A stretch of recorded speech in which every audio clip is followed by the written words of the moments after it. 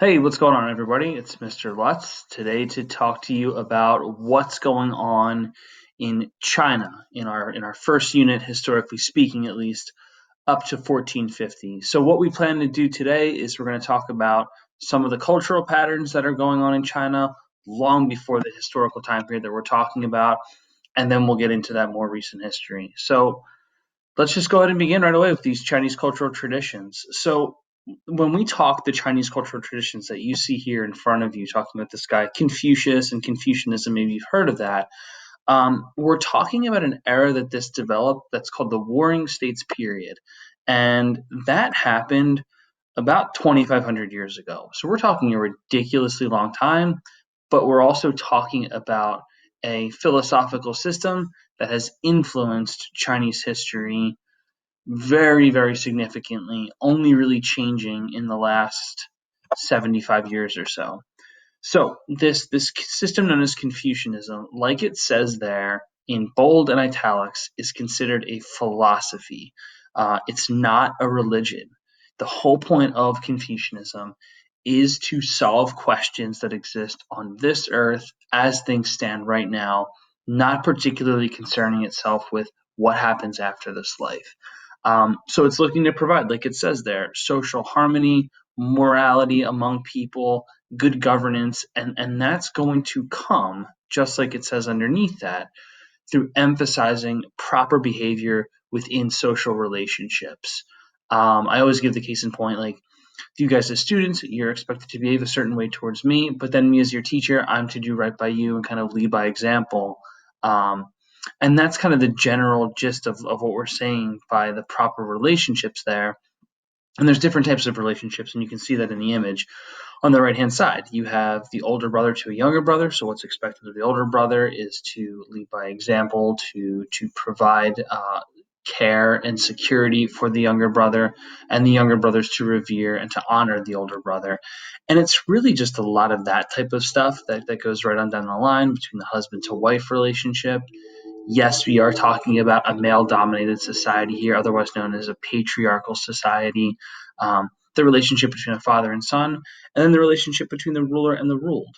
Now, you may be asking yourself, like, well, what if the older brother is terrible? What if the husband is really violent? What if the father is neglectful? What if these people don't live up to their end of the bargain, so to speak?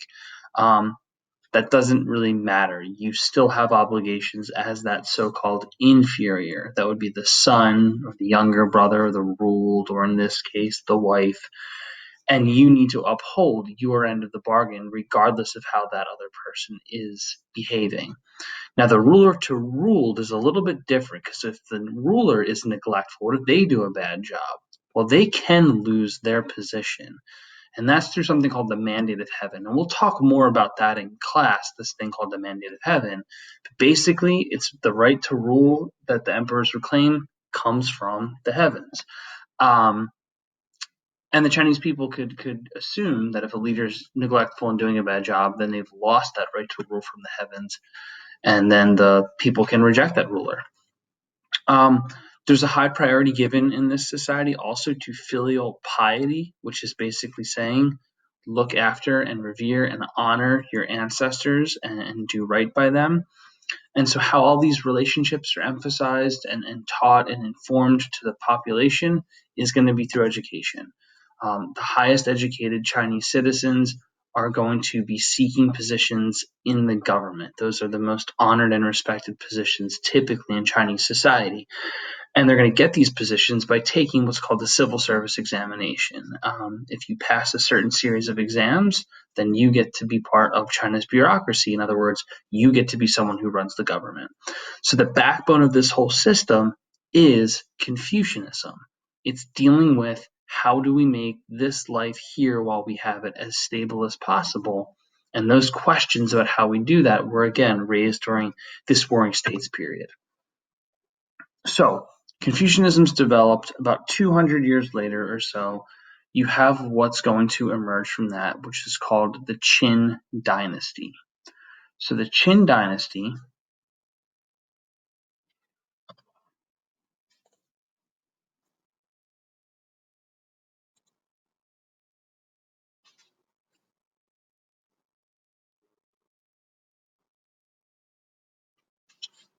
So China is unified.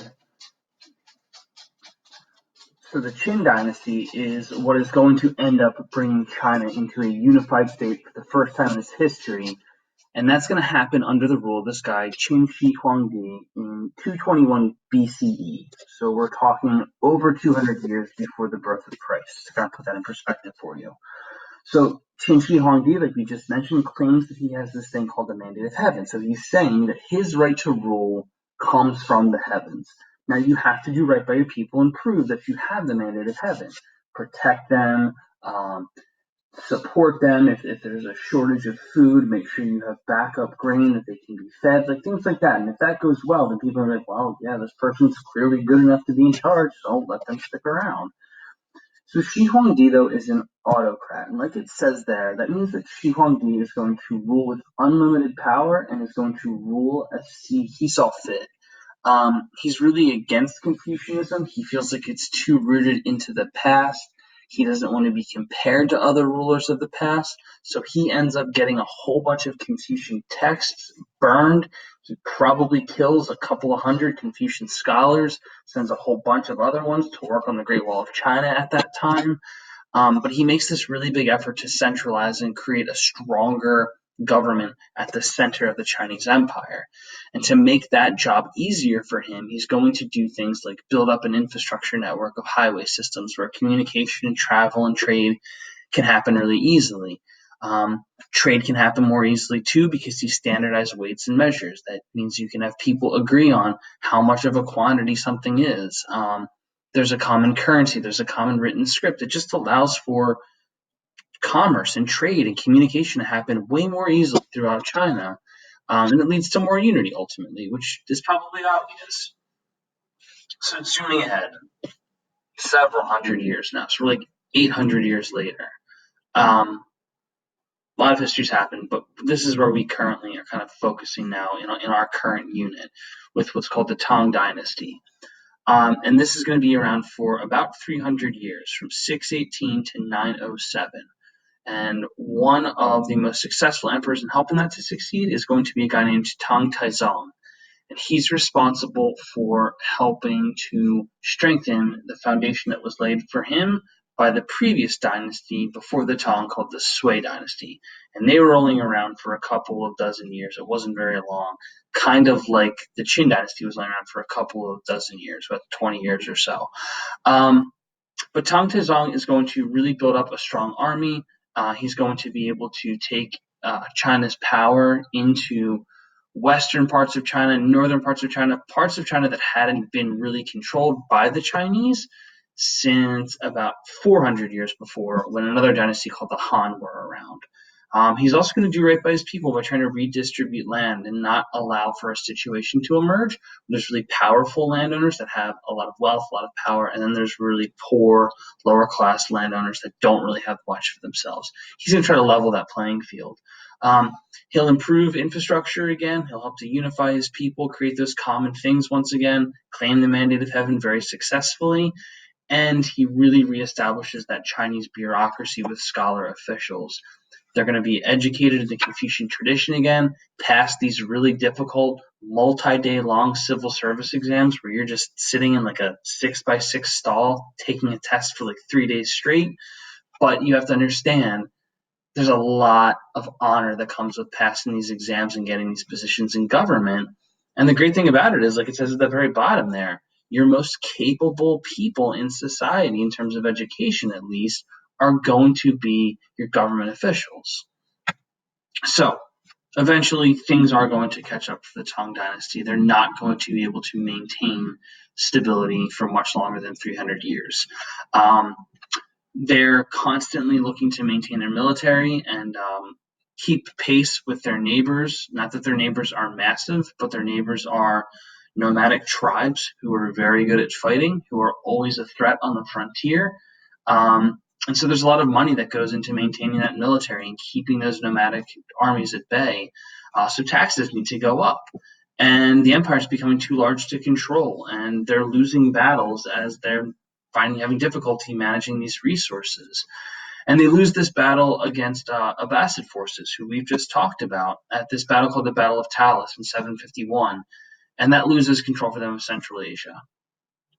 And there's going to be rebellions. There's going to be frustrated members of the military who want to rebel against them. They fight them off successfully, but they last a really long time, and they cost a lot of money to put down. And it just weakens the Tang more and more till their capital is sacked, their emperor is murdered in 907, and then we get a couple of several decades later, the Song dynasty. So the Song dynasty are geographically smaller than the Tang dynasty, but they really emphasize bureaucratic government administration so they can stabilize their empire. So they're going to make the bureaucracy bigger. They're going to expand the civil service exam system.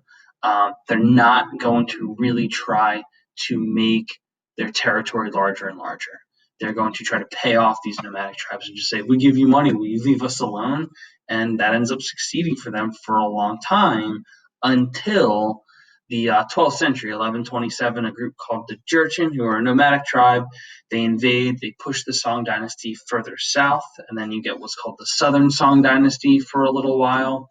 But the key thing, really, other than politics and governance during this time, is trade is super important. Merchants are growing really wealthy. Cities are emerging at this time. So there's a lot of exchange of ideas. There's a lot of exchange of culture and technology and innovation that's going on here. But we'll get more into that later on in class. For now, what you need to know is that the Southern Song are eventually going to come to an end as well when they are invaded by the Mongols and their other leader, Kublai Khan, in 1279 CE. So that's two civilizations, that's two major societies, the Abbasids and now the Southern Song dynasty, who will be destroyed by the Mongols. More on that later on in class. For now, that's all. We'll obviously be doing more with this in class. So until then, I will see you later, everyone. Take care.